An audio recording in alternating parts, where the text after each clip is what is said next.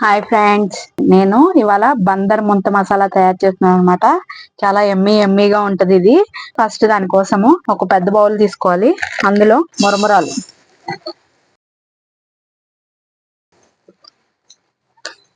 ఒక పావు కిలో మరమరాలు అయితే తీసుకున్నాను. అందులో బూందీ, ఇంట్లో తయారు చేసిన బూందీ ఇది ఒక స్మాల్ బౌల్ బూందీ. సేవ్ సన్నకారు పూస ఇది కూడా ఒక బౌల్. మసాలా పీనట్స్ ఈ ఒక బౌల్. దీన్ని పాపిడి అంటారు నార్త్ ఇండియాలో. శనగపిండితోనే తయారు చేస్తారు ఈ పాపిడీలు ఒక బౌల్. దీన్ని ఇలా కొంచెం క్రష్ చేసుకుని వేసుకోవాలి.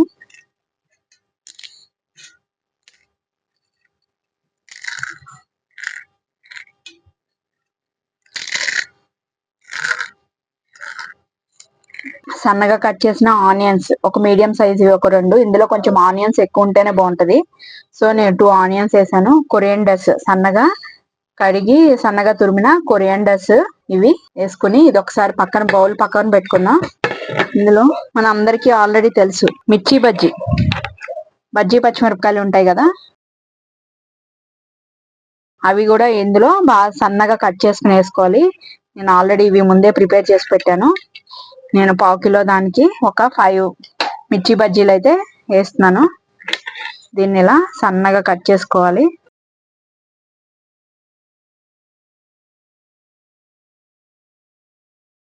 ముక్కలు కట్ చేసుకోవాలి. మిర్చి బజ్జీలు అయితే కట్ చేస్తాను. ఇది పక్కకు పెట్టుకుని నెక్స్ట్ ఇవి అరటికాయ బజ్జీలు. ఇవి కూడా ఇంట్లో తయారు చేసినవే. ఇవి కూడా వేసుకోవాలి. ఇలా ఇవి కూడా సన్నగా కట్ చేసుకొని స్మాల్ పీసెస్ గా కట్ చేసుకోవాలి.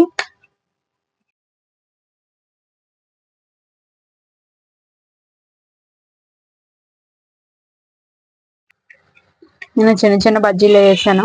సో ఒక 6 బజ్జీలు అయితే వేస్తున్నాను.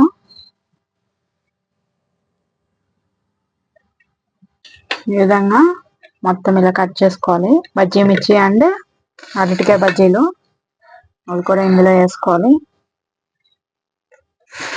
ఇట్లా అన్నిటిని ఒకసారి ఇలా కలుపుకుందాము. చేతితో కలిపితేనే బాగా కలుస్తుంది. ఇది గరిటతో అంత నీట్ గా కలవదు.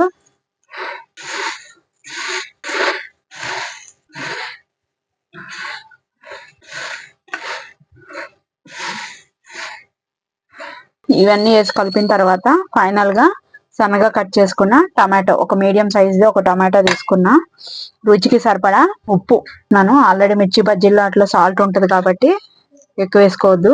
2 స్పూన్స్ అయితే నేను సాల్ట్ వేస్తున్నాను. కారం పొడి రెడ్ చిల్లీ పౌడర్ ఒక 2 స్పూన్స్ వేసిన.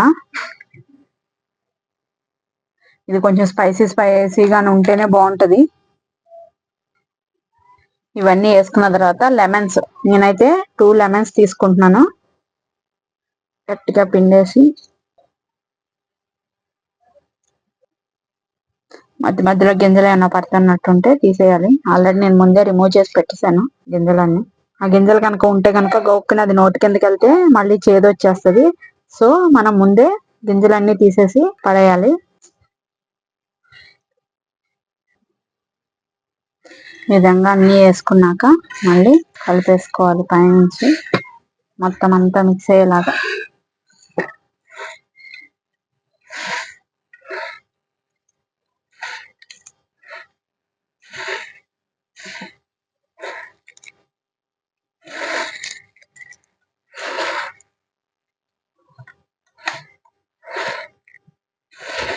ఈవినింగ్ స్నాక్స్ లా చాలా బాగుంటది. ఈవినింగ్ టైం తినడానికి వేడిగా ఉండదు కానీ పుల్లగా కారంగా టేస్ట్ అయితే సూపర్ ఉంటది. బాగా ఫేమస్ బందర్ ముంత మసాలా అని. ఎక్కడికక్కడే బళ్ళు పెట్టి అమ్ముతారు బందర్ ముంత మసాలా అనుకుంటా.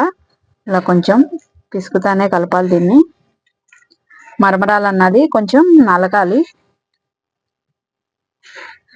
మెత్తపడితేనే ఈ ముంత మసాలా బాగుంటది. కరకరలాడితే బాగోదు.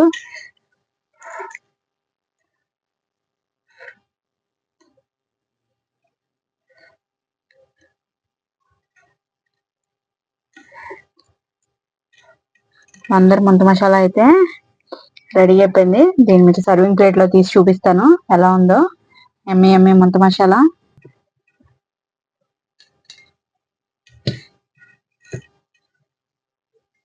మీరు కూడా చేసుకోండి, చాలా తొందరగా అయిపోతుంది, ఈజీ రెసిపీ.